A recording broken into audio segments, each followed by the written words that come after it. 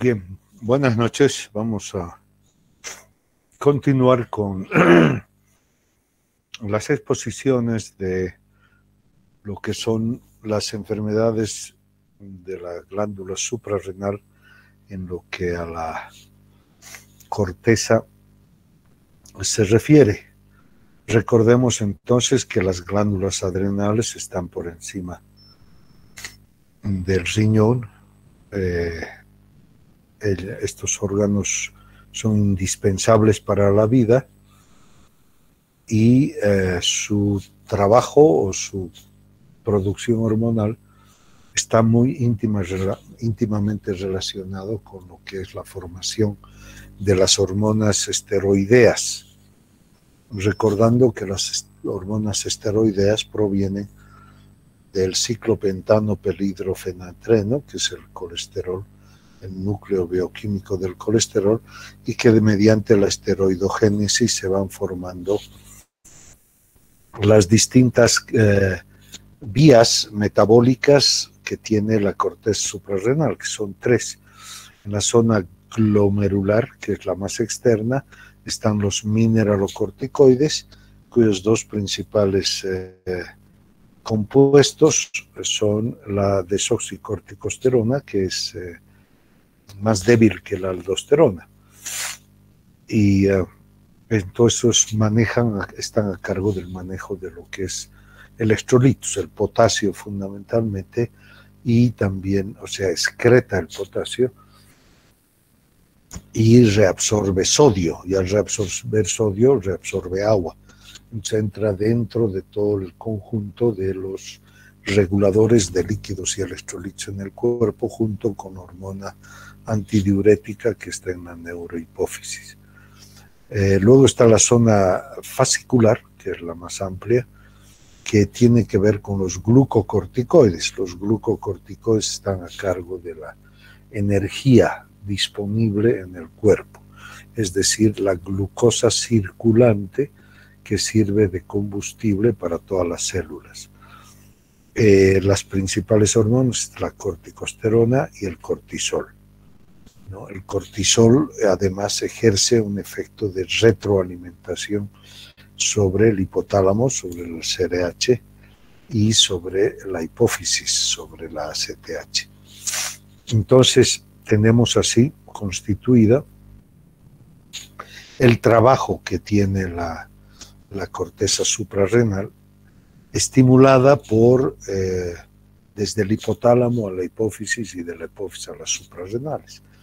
La hormona estimulante de la corticosterona o la CRH sale del hipotálamo a la hipófisis, estimula la secreción de ACTH, y que es la hormona adrenocorticotrofa, y esta hormona ACTH lo que hace es ir a la corteza suprarrenal y estimula pues la producción sobre todo de glucocorticoides, también de mineralocorticoides en menor medida, aunque los mineralocorticoides dependen de lo que es el sistema renina-angiotensina y los niveles de potasio.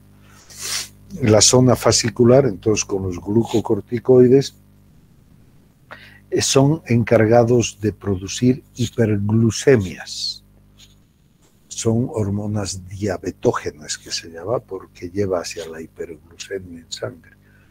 ¿Y esto para qué? Para que por osmosis el cerebro y el corazón puedan nutrirse de glucosa en todo momento, ¿no?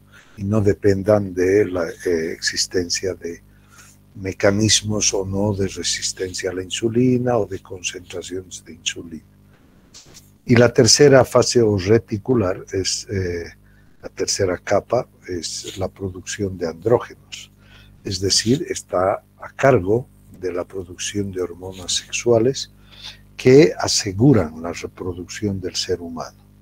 La mujer, su principal fuente androgénica son las suprarrenales, y gracias al efecto androgénico la mujer tiene un deseo o apetito sexual, y entonces la lleva al apareamiento, al embarazo y a la reproducción. La principal hormona que está, digamos, secretada por la mujer es la dihidroepiandrosterona o la DEA, DEA-sulfato. También la androstenediona es una hormona de las suprarrenales y los andrógenos suprarrenales terminan produciendo testosterona, que en la periferia, por medio de una aromatización, la testosterona se convierte en estrógenos, ¿no? Esto es importante que recordemos. Y acá está lo que les he dicho. Entonces, el colesterol, por medio de estas enzimas, que se llaman ahora ya citocromos, antes tenían otro nombre, 3-beta-ol-pregnenolona dehidrogenasa, digamos, ¿no? Se llamaba antes, ahora pues está todo modificado con las siglas de citocromos. Entonces acá tenemos que la vía de los mineralocorticoides es colesterol, pregnenolona, progesterona, desoxicorticosterona, corticosterona, aldosterona. La vía de los glucocorticoides, colesterol, pregnenolona, 17-hidroxipregnenolona, 17-hidroxiprogesterona, 11-desoxicortisol, cortisol y cortisona. También los mineralocorticoides vienen por esta vía, pregnenolona, progesterona, la desoxicorticosterona, que pasa a desoxicortisol, 11-desoxicortisol, luego cortisol y corticosterol. Recordemos estas dos enzimas que son las encargadas de dar unos cuadros, la 21-hidroxilasa y la 11-beta-hidroxilasa. Son cuadros que dan la hiperplasia suprarrenal congénita. ¿Qué quiere decir? Que cuando hay un bloqueo o ausencia de esta enzima, pues el colesterol pasa a pregnenolona, progesterona y no pasa a desoxicorticosterona, sino que esto se va hacia esta vía, 17-hidroxiprogesterona. Quiere venir acá, tampoco puede, porque no hay esta enzima. Y entonces dice, no puedo, entonces me voy por acá. Y se va hacia los andrógenos, ¿no? Entonces las hiperplasias suprarrenales congénitas aumentan o, digamos, cambian hacia lo que es un fenotipo androgénico en la mujer, y en el varón pues lo hace como digamos, una exageración de sus rasgos masculinos. Entonces, la existencia de la falla de esta enzima, de la 21-hidroxilasa, es incompatible con la vida, porque no se forma desoxicorticosterona, que tiene ya una acción mineralocorticoide. El desoxicortisol también tiene algo de mineralocorticoide, pero tampoco tiene acción glucocorticoide. Por lo tanto, el feto muere. En cambio, cuando hay una falla de la 11-beta-hidroxilasa, que es la citocromo P450C, 11-beta-hidroxilasa, hay la formación de un mineralocorticoide y hay una formación débil de un glucocorticoide. Por lo tanto, estos cuadros tienen una mayor presencia después de la pubertad. Entonces se dice que son cuadros incompletos postpuberales, ¿no? Esa es la importancia de saber al dedillo lo que es la esteroidogénesis suprarrenal. Y entonces la zona glomerular, que abarca un 15% de los mineralocorticoides, lo que produce es reabsorción de sodio, excreción de hidrogeniones, entre ellos el potasio, regulado por el sistema también renina, angiotensina, aldosterona. Y uno de sus principales síndromes es el síndrome de Cohn, que es un aumento de la producción de aldosterona, ¿no? Es sin control de la hipófisis o del hipotálamo. En la zona fascicular, que es un 80%, los glucocorticoides, donde está el cortisol o hidrocortisona, la corticosterona y la cortisona, ¿no? Es fundamentalmente hiperglucemiante, estimula la gluconeogénesis estimula la proteólisis, es decir, destruye músculo para llevarlo al hígado para que se produzca la formación de glucógeno. De la misma manera destruye al tejido graso para que los ácidos grasos vayan al hígado para formar glucosa. Tiene un carácter antiinflamatorio, inmunosupresor y te da resistencia al estrés, ¿no? Entre sus síndromes de hiperfunción está el síndrome de Cushing. La zona reticular, que es la más pequeña, un 5%, es la que produce los andrógenos suprarrenales. Entre ellos la principal, la dihidroepiandrosterona, ¿no? Y es la que mantiene las características sexuales secundarias de la mujer y cuya alteración se llama el síndrome adrenogenital, que son alteraciones por la falla de esas enzimas en la esteroidogénesis. A nivel de la médula, provienen de células cromafines en la formación de catecolaminas, cuyas principales son adrenalina, noradrenalina y la dopamina. Tiene un efecto simpático mimético, es decir, la adrenalina vasoconstricción, la noradrenalina vasodilatación. Son hormonas que aumentan la presión arterial y hay una glucogenólisis también, es decir, destrucción del glucógeno para formar glucosa y producir un efecto hiperglucemiante también, ¿no?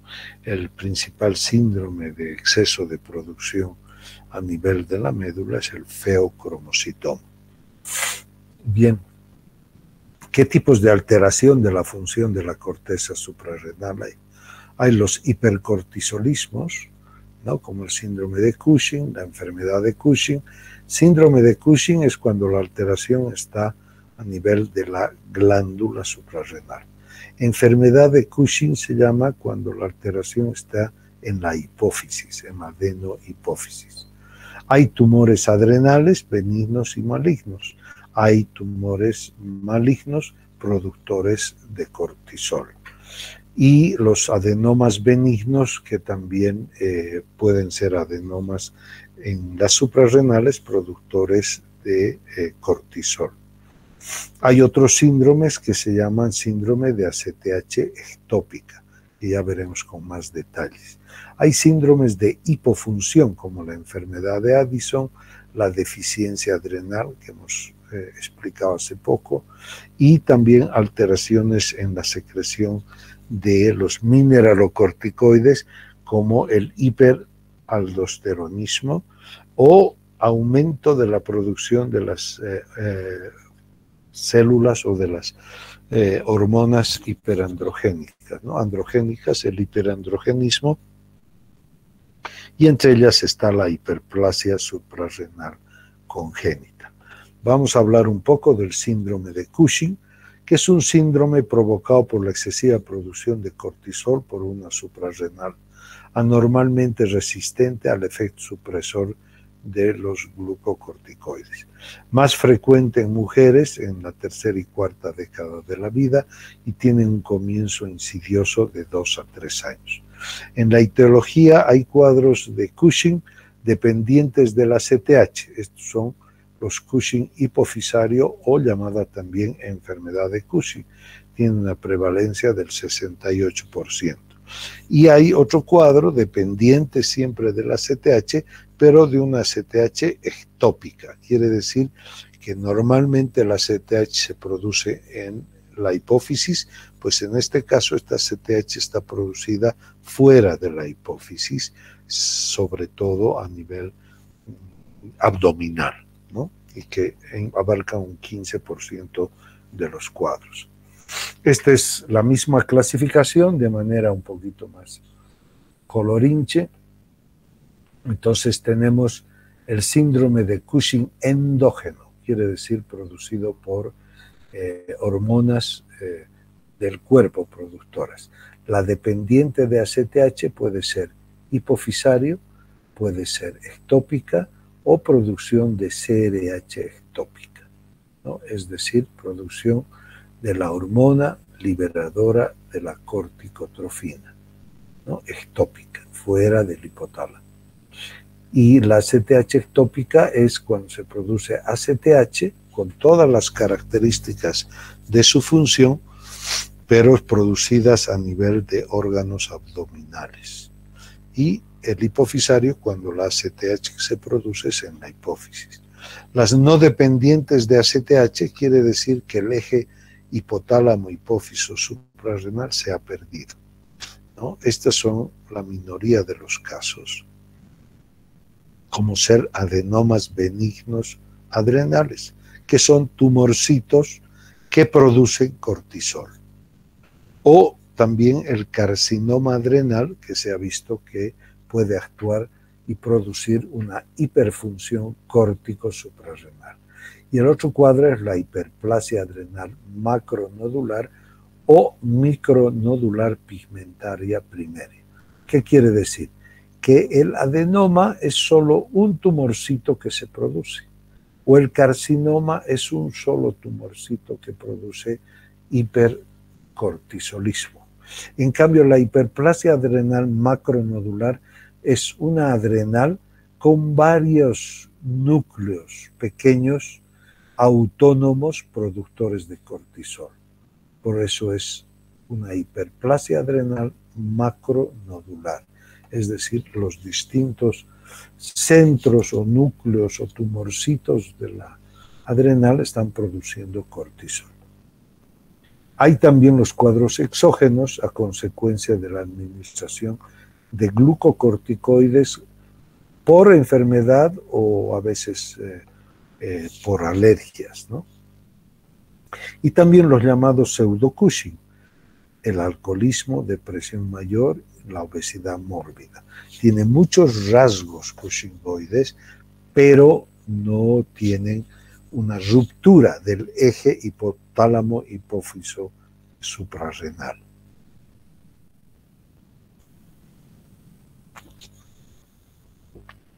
Bien, entonces veíamos los cuadros independientes de ACTH, es el adenoma, el carcinoma y la hiperplasia nodular. Y acá de manera gráfica, normalmente del hipotálamo sale el CRH, Corticotrophin Releasing Hormone, a la hipófisis, estimula la producción de ACTH y la ACTH estimula las suprarrenales para que el cortisol ejerza retroalimentación negativa a nivel de hipófisis y a nivel de hipotálamo, ¿no? ¿Qué pasa cuando hay un adenoma productor de ACTH dentro de la hipófisis? Entonces, cuando hay esta ACTH que trabaja de manera independiente, autónoma, entonces hay un freno en la producción de CRH. Entonces, en estos casos, la ACTH está producida por este tumor, este adenoma. Esto, como está aumentado, entonces también existe un aumento de estímulo a nivel suprarrenal y esto hace que el cortisol salga en mucha cantidad. Y esta cortisol en mucha cantidad frena la producción de CRH.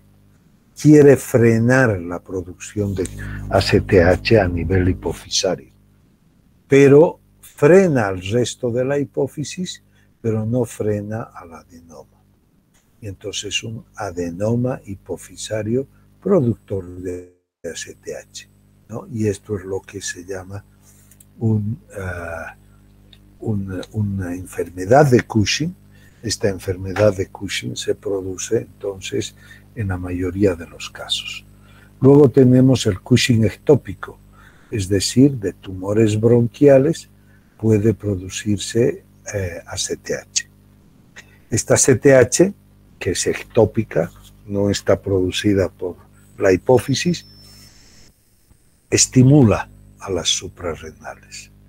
Y las suprarrenales producen cortisol que frenan la producción de ACTH hipofisaria, frenan la producción de CRH, ¿no? Entonces, por eso se llama, y generalmente son los tumores de células pequeñas bronquiales o tumores también a nivel intestinal. Luego tenemos el adenoma carcinal, que son los cuadros ACTH independientes. Es decir, se ha roto este eje hipotálamo, hipófiso, suprarrenal. ¿Por qué? Porque de manera autónoma un tumor, un adenoma en la suprarrenal está produciendo cortisol, y cortisol en niveles altos. Y entonces este cortisol frena la producción de CRH, frena la producción de ACTH, ¿no? Entonces no hay un estímulo directo, sino que de manera autónoma está el cortisol produciéndose mucho. ¿Y cuál es la hiperplasia macronodular primitiva? La única diferencia es que en lugar que haya un solo núcleo de producción, están muchos núcleos de producción a nivel de las suprarrenales. El efecto es el mismo. Hay mucho cortisol, frena el hipotálamo, frena la hipófisis, pero no existe un ritmo circadiano, es decir, no existe un aumento de la producción de ACTH. Hay los llamados pseudo-Cushing, que es el embarazo, el estrés, la depresión, el alcoholismo crónico, la anorexia nervosa, resistencia a los glucocorticoides, que es muy raro, y la obesidad, ¿no? Dos cuadros importantes, la depresión y la obesidad, lo que te produce este pseudo-Cushing, ¿no? Ahora, el diagnóstico se basa en poder demostrar el aumento de cortisol y la imposibilidad de frenar este cortisol con otro corticoide, que es la dexametasona, que tiene un efecto poderoso. El cortisol plasmático en ayunas a las 8, después de 1 miligramo de dexametasona la noche anterior, entonces debería bajar a menos de 25 microgramos por ciento. Normalmente nosotros las unidades del cortisol que manejamos son microgramos por decilitro, ¿no? Entonces hay que mantener esto, aunque en muchos laboratorios va variando las unidades, ¿no? También vamos nosotros a medir el cortisol libre urinario, que normalmente está por encima, o sea, estaría por encima de 140 microgramos día. Y también hay otras pruebas, acá nos hemos comido la B grande, de suspensión con dexametasona si hay una respuesta anormal, como en el síndrome de Cushing, o la determinación de ACTH plasmática normal a alta en los cuadros de adenoma hipofisario o en los cuadros de ACTH ectópica, ¿no? Las manifestaciones clínicas, que son poco específicas y requieren de un estudio especializado. La mayoría presenta patologías cushingoides y una producción de cortisol y supresibilidad del eje normal.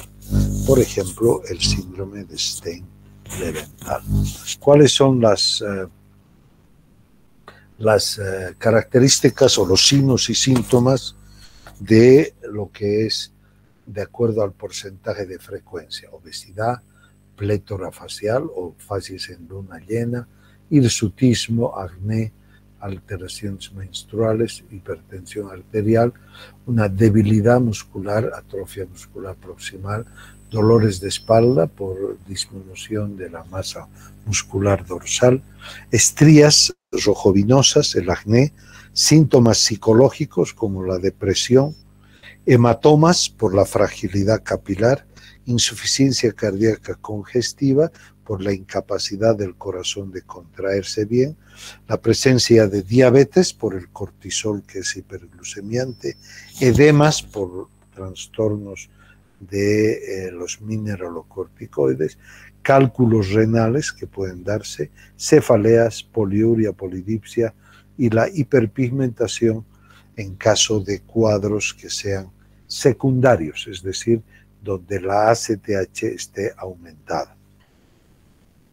un cuadro típico, ¿no? Entonces tenemos fases en luna llena, con acné, con eritema malar, con aumento de la grasa de la piel, hay acné, hay hirsutismo, ¿no? Y cara en luna llena. En el cuerpo hay una redistribución grasa donde se forma una obesidad troncular, es decir, cara en luna llena, cuello grueso y tronco abultado, abombado y con mucha grasa. En cambio, hay un adelgazamiento de las extremidades inferiores. Hay hematomas, porque hemos dicho la fragilidad capilar y sobre todo las estrías rojo-vinosas, porque se notan en el fondo la circulación.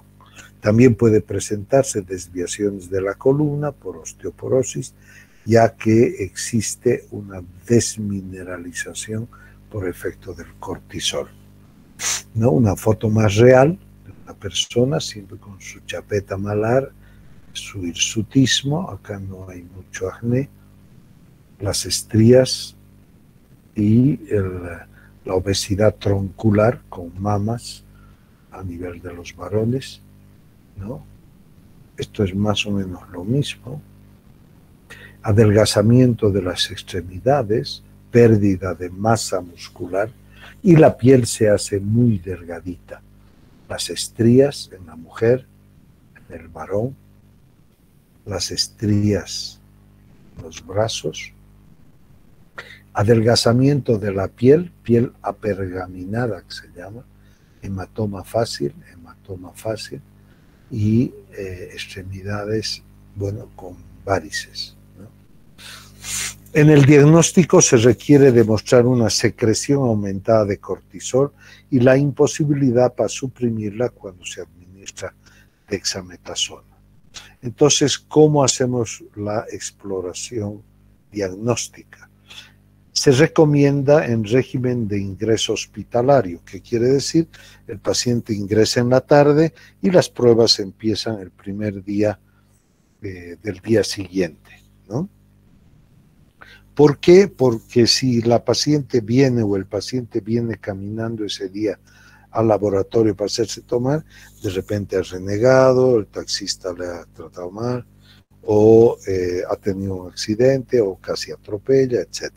Todo eso altera la concentración de ACTH y cortisol. Entonces, ¿qué hacemos el primer día? El primer día hacemos un cortisol y ACTH a las 7 de la mañana y a las 18 horas. Entonces, cortisol y ACTH AM y PM para valorar lo que es el ritmo circadiano. Recuerden que el cortisol y la ACTH, sobre todo, tiene un ritmo circadiano, es decir, aumenta su producción en las mañanas temprano, tipo 3, 4 de la mañana, y aumenta también el cortisol. Y en la tarde, a partir de las 6 de la tarde, hay un descenso de esto. Entonces, si existe esa diferencia, vamos a decir que hay un ritmo circadiano estable y presente. Y eso desde ya nos indica que no hay una patología suprarrenal. La persistencia o la existencia del cortisol y ACTH con un ritmo circadiano. También se puede el primer día reunir orina de 24 horas para medir el cortisol libre urinario. Luego vamos a comentar un poquito que hay los test Nugen, si es que los valores de cortisol y ACTH siguen medianamente altos, entonces hay que hacer pruebas de frenación. El test de Nugent es un test de frenación con 1 miligramo de dexametasona a las 12 de la noche y se mide nuevamente cortisol y ACTH a las 8 del día siguiente, o sea, del segundo día. O hay otros test de frenación más grande dando 0,5 miligramos de dexametasona cada 6 horas. Y vamos midiendo cortisol y ACTH en sangre en ayunas. Hay otro test de frenación más alto con 2 miligramos de dexametasona cada 6 horas, ¿no? Y medimos cortisol y ACTH en esto. El test de la metopirona es un test en el cual se bloquea la esteroidogénesis. También la determinación de 17 hidroxiesteroides para poder ver si existe alguna alteración de las enzimas que les decía. Con un aumento de los 17 hidroxiesteroides, entonces existe un alto probabilidad, o sea, una probabilidad muy alta de que exista un déficit de la 21 hidroxilasa. La determinación de 17 cetoesteroides en orina de 24 horas nos ayuda para descartar la presencia de carcinoma suprarrenal. Y hay otros test de estímulo con CRH, ¿no? O con la hipoglucemia insulínica. Es decir, si nosotros queremos saber si hay reserva suprarrenal, podemos hacer estas pruebas de estímulo con la hormona liberadora de la corticotrofina. En los test de hipofunción tenemos el test de estímulo con inyección intramuscular de 25 unidades de ACTH y se toman muestras basal y a los 30 minutos, ¿no? Y acá medimos solo cortisol. Hay un test de estímulo con 40 unidades de ACTH oleosa y a las 48 horas medimos cortisol y ACTH. Aquí esta prueba se utiliza cuando existe un tratamiento crónico con corticoides. Por ejemplo, asma. Por ejemplo, ¿cuál era la otra? Era asma o el reumatismo, o sea, pacientes en tratamiento con glucocorticoides antiinflamatorios, ¿no? Por presentar reumatismos. Y se hace una prueba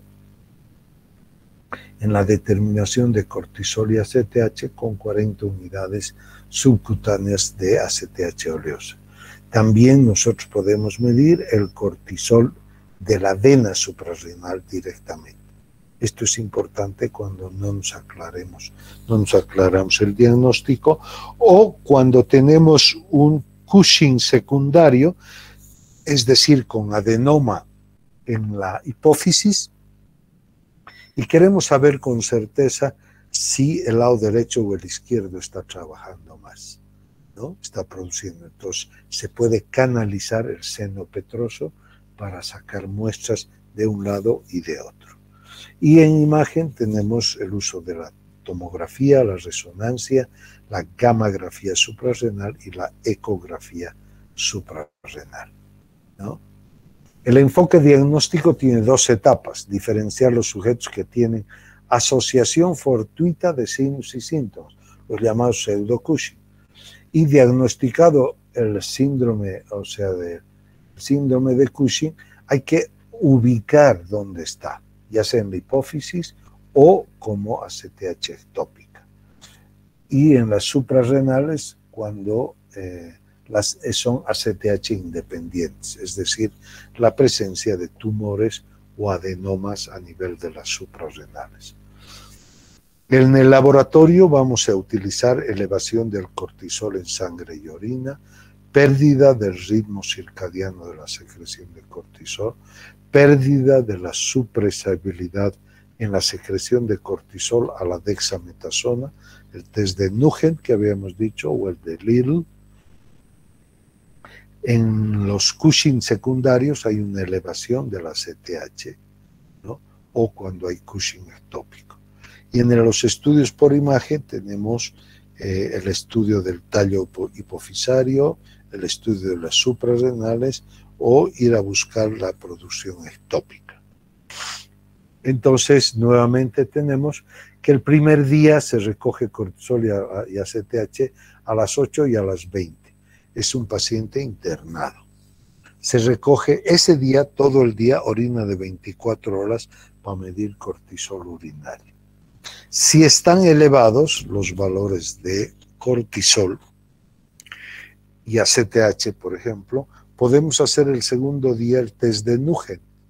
Como aquí ya hemos sacado la basal de las 8 de la mañana, entonces acá después de haber tomado dexametasona 1 miligramo a las 12 de la noche, el tercer día en la mañana se mide cortisol y ACTH. Si hay una supresión en el test de Nugent positivo, entonces ya nosotros no necesitaríamos seguir adelante, sino ir a buscar la localización precisa del adenoma productor. En cambio, si estos permanecen altos y no hemos logrado frenar, se hace el test de Lidl a dosis bajas, que es dar 0,5 miligramos cada 6 horas de dexametasona, y el quinto día medir cortisol y ACTH a las 8. Con este tratamiento, durante todo un día, se tendría que tener disminución del cortisol y ACTH. Y el sexto día, si es que esto no resulta y no suprime, habría que utilizar el test de Lidl a dosis altas, dando 2 miligramos cada 6 horas. Y al séptimo día medimos cortisol y ACTH en las mañanas. Entonces acá está el test de Lidl, que es un poco lo que hemos dicho. El test de Lidl a dosis altas con 2 miligramos de dexametasona, es decir, cada 6 horas 4 tabletitas, 8 miligramos al día. Si la causa del hipercortisolismo es por producción excesiva de ACTH hipofisaria, la dosis de dexametasona será suficiente para suprimirla. Si es una producción autónoma por la suprarrenal, la ACTH hipofisaria ya estará frenada y al agregar dexametasona no hay cambios. Si es por producción ectópica de ACTH por un tumor abdominal no endocrino, la dosis máxima alta será capaz de frenar su producción. Hay que tener producciones porque esta debe ser reproducible y tiene limitaciones por la hormonogénesis periódica que se puede ver en los Cushing hipofisarios o suprarrenales o ectópicos. Bien, entonces otra forma de saber si no hay o no hay Cushing es medir el cortisol a las 11 de la noche. Toda persona normal que no sea obesa, deprimida y nerviosa no debe tener un cortisol mayor a 10 microgramos por ciento a las 11 de la noche, ¿no? El síndrome de ACTH ectópico se debe a la producción de ACTH y otros fragmentos hormonales por tumores malignos que generalmente contienen células APUD. Los más frecuentes son el carcinoma pulmonar de células de avena, el carcinoma pancreático, carcinoma medular de la tiroides y otros tumores del tubo digestivo.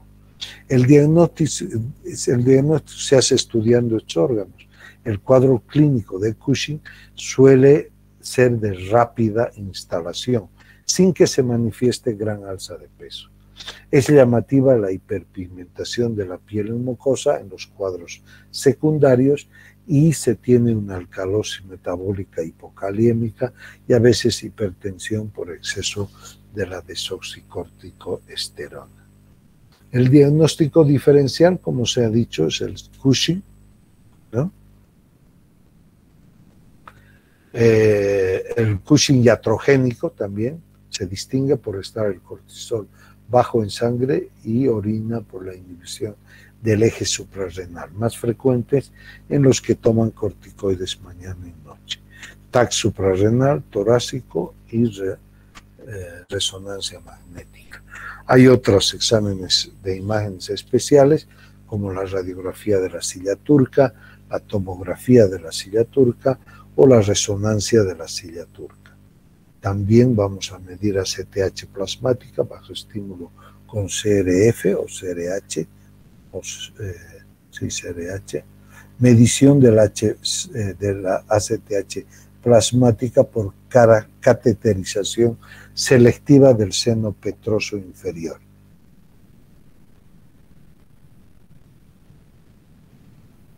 Y el tratamiento, rápidamente. ¿Por qué no hacemos más hincapié en el tratamiento? Porque esto ustedes diagnostican y derivan al endocrinólogo. Eso es importante. Si hay un tumor suprarrenal, o sea, un adenoma suprarrenal ACTH independiente, el tratamiento es la suprarrenalectomía o por lo menos la adenomectomía unilateral. Si es un carcinoma sin metástasis, suprarrenalectomía unilateral. Si es con metástasis, suprarrenalectomía unilateral, exéresis quirúrgico de las metástasis, si es posible, y posterior tratamiento con mitotano, que es la OPDDD, o la aminoglutetimida, la metopirona, los citostáticos. Todo va a depender de la evolución del cuadro.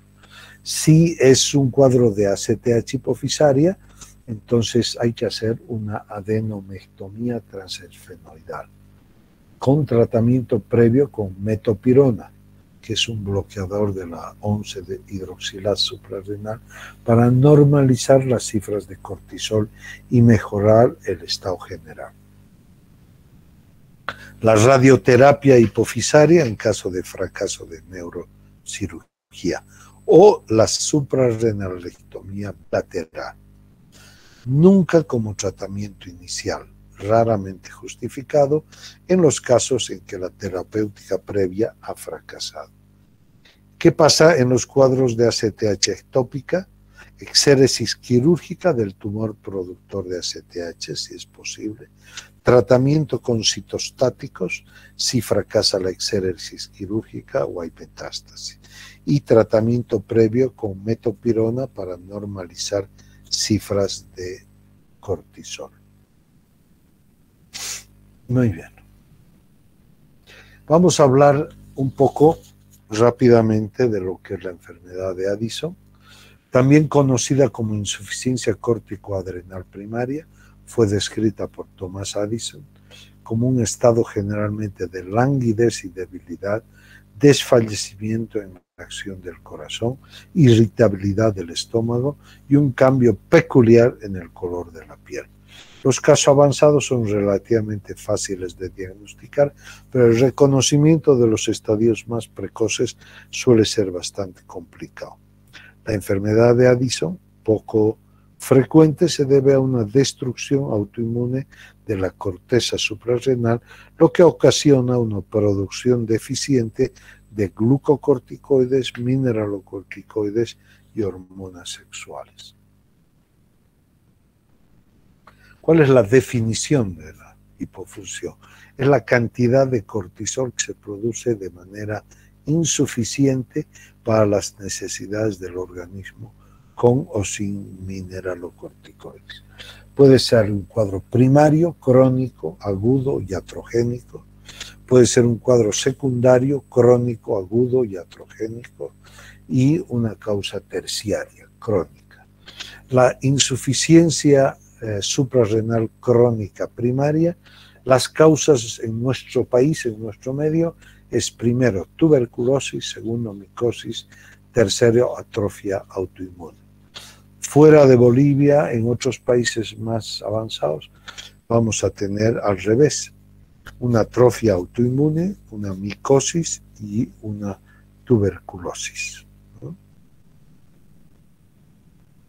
También es más frecuente en el varón que en la mujer, se puede presentar de manera aislada o puede ser parte del síndrome de neoplasia endocrina número 2, ¿no? Donde ataca más a la mujer que al varón entre los 30 y 50 años. También tenemos anticuerpos anticorteza, ¿no? Es mediante la existencia de una enzima esteroidogénicas, las citocromos, la 11, 17, 22. Los cuadros de neoplasia endocrina múltiple, tipo 2, que es de tipo familiar, donde encontramos hipertiroidismo, diabetes mellitus, falla ovárica, anemia perniciosa.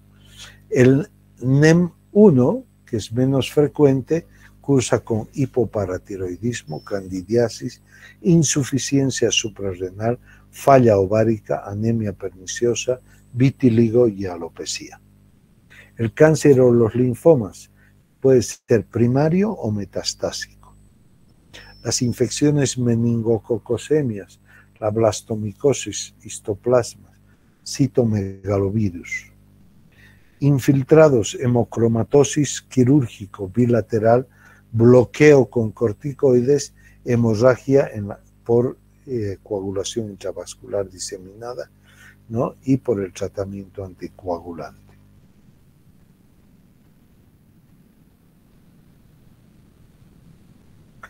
Las causas de hipofunción suprarrenal en niños, déficit enzimático o la hiperplasia suprarrenal congénita, en las fallas enzimáticas del citocromo 11A o 3-beta-ol dehidrogenasa, que es el citocromo 17 o el 11B1, la adrenoleucodistrofia, que ocurre en recién nacidos maduros con resistencia a la ACTH.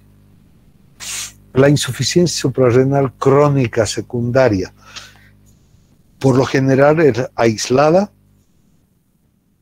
se produce como un panhipopituitarismo tumoral, síndrome de Sheehan, infiltrativo por sarcoidosis, inflamatorio por tuberculosis. Y también hay cuadros iatrogénicos, quirúrgicos, radioterapia, uso de corticoides o de carácter terciario. Las diferencias clínicas no tienen hiperpigmentación. Sin alteraciones de líquidos y electrolitos, se acompaña de déficit de HGH más hipogonadismo más hipotiroidismo. Hay una mala tolerancia al ayuno. La clínica debe haber una destrucción de las suprarrenales del 90% por lo menos para hablar de un cuadro de insuficiencia suprarrenal. Cuadros avanzados son de fácil diagnóstico, pero generalmente estos cuadros son lentos e insidiosos. Hay una falta de ánimo, una astenia, adinamia, anorexia, falta de resistencia física. En los cuadros que son secundarios hay una hiperpigmentación de piel y mucosas y hay una hiperpigmentación de las cicatrices. Cursa con hipotensión arterial, hipotensión ortostática, diarreas crónicas, cólicos abdominales, náuseas. El diagnóstico diferencial de una enfermedad neoplásica con apetencia por la sal, amenorrea, baja líbido, caída del vello, mialgias, vitiligo, depresión y en el laboratorio encontramos eosinofilia. La insuficiencia suprarrenal de origen para infecciones suele ser fundamentalmente la tuberculosis, puede ser micótica o puede ser viral. También tenemos el SIDA y el síndrome de Waterhouse-Friderichsen, que es la insuficiencia suprarrenal primaria, además es de rápida evolución, producida por una necrosis hemorrágica de las suprarrenales. Hay también cuadros de atrofia idiopática que son de causa desconocida y que a partir de la década de los 70 es la causa más frecuente, siendo un mecanismo probablemente autoinmune, ¿no? Pueden haber hemorragias bilaterales de las suprarrenales, invasión de las suprarrenales por otros tejidos o sustancias, puede haber una suprarrenalectomía bilateral o un fallo metabólico de la producción hormonal, ¿no? Los cuadros primarios, cuando hay una destrucción lenta de las suprarrenales y existe un aumento progresivo de las concentraciones de ACTH. Hay clínica cuando el 90% de la glándula se ha destruido.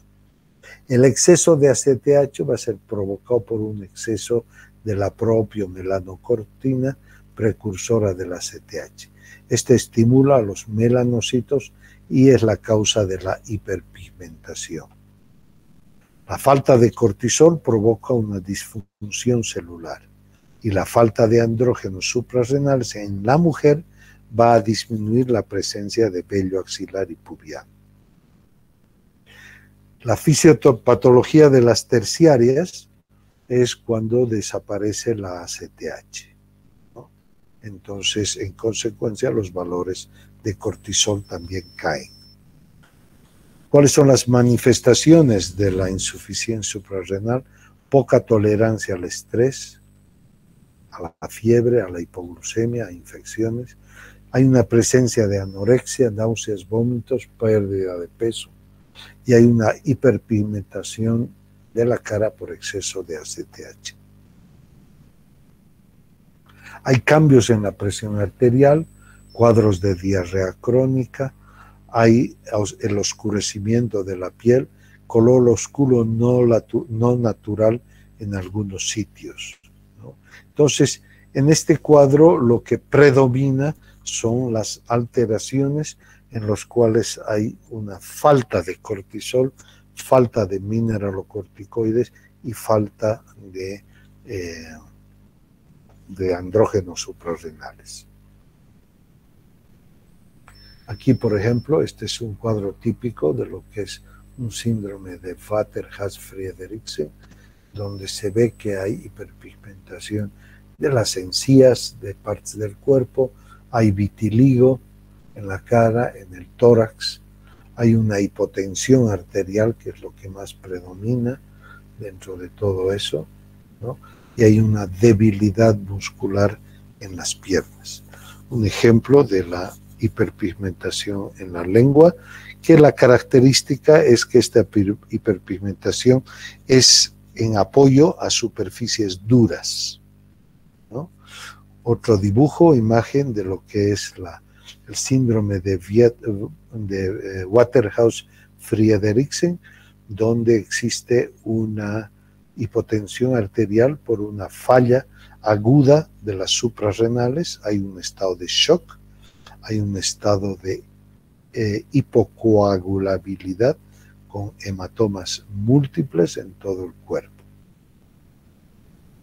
Complicaciones de la crisis córtico-suprarrenal, entonces hay náuseas, vómitos, diarrea, hay una disfunción celular generalizada, deshidratación, hipoglucemia, hiponatremia, hipotensión o shock,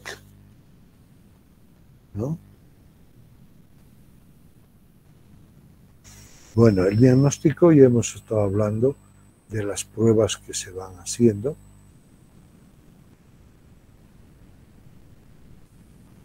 En los cuadros de insuficiencia suprarrenal vamos a encontrar, si es un cuadro primario, ACTH alta, cortisol bajo. Si es un cuadro secundario, es decir, lesión en hipófisis, hay cortisol y ACTH bajos, ¿no? Hay una hipocortisolemia, hay una hipercalemia, hipercalcemia, cambios electrocardiográficos que son inespecíficos. El hemograma suele haber anemia, eosinofilia, y la prueba de estimulación con ACTH se hace con 5 unidades, se le toma basal y a los 30 minutos. Basal de sangre para cortisol ACTH, se inyecta el estímulo y a los 30 minutos se puede determinar la respuesta. Obviamente, si hay una disminución del trabajo de las suprarrenales, pues veremos que no se eleva el cortisol y por el contrario puede elevarse la ACTH. Lo más práctico y bueno es la determinación de cortisol y ACTH en cualquier momento en donde estemos. Y otros apoyo diagnóstico que pueda haber es la radiografía abdominal para ir a determinar el estado de las cortezas suprarrenales o la tomografía abdominal con el mismo fin. Muy bien, hasta acá hemos quedado justamente una horita. Mañana vamos a hablar sobre lo que es el síndrome de Cohn, vamos a hablar del feocromocitoma. Con eso terminaríamos lo que es la patología adrenal y el día jueves vamos a hablar sobre lípidos. Quiero por favor pedirles que mañana nos podamos ver, compañero Miranda, si nos podríamos ver a las 7 de la tarde, ¿no? Para que podamos desarrollar estos dos cuadros de 7 a 8. ¿Está bien? ¿Están de acuerdo? Uno por lo menos que quede despierto. Nadie. Sí, doctor. Ya. Listo, Brandon. Entonces mañana a las 7, por favor, de la tarde. Está bien, doctor. Ya, muy amable. Gracias. Hasta luego.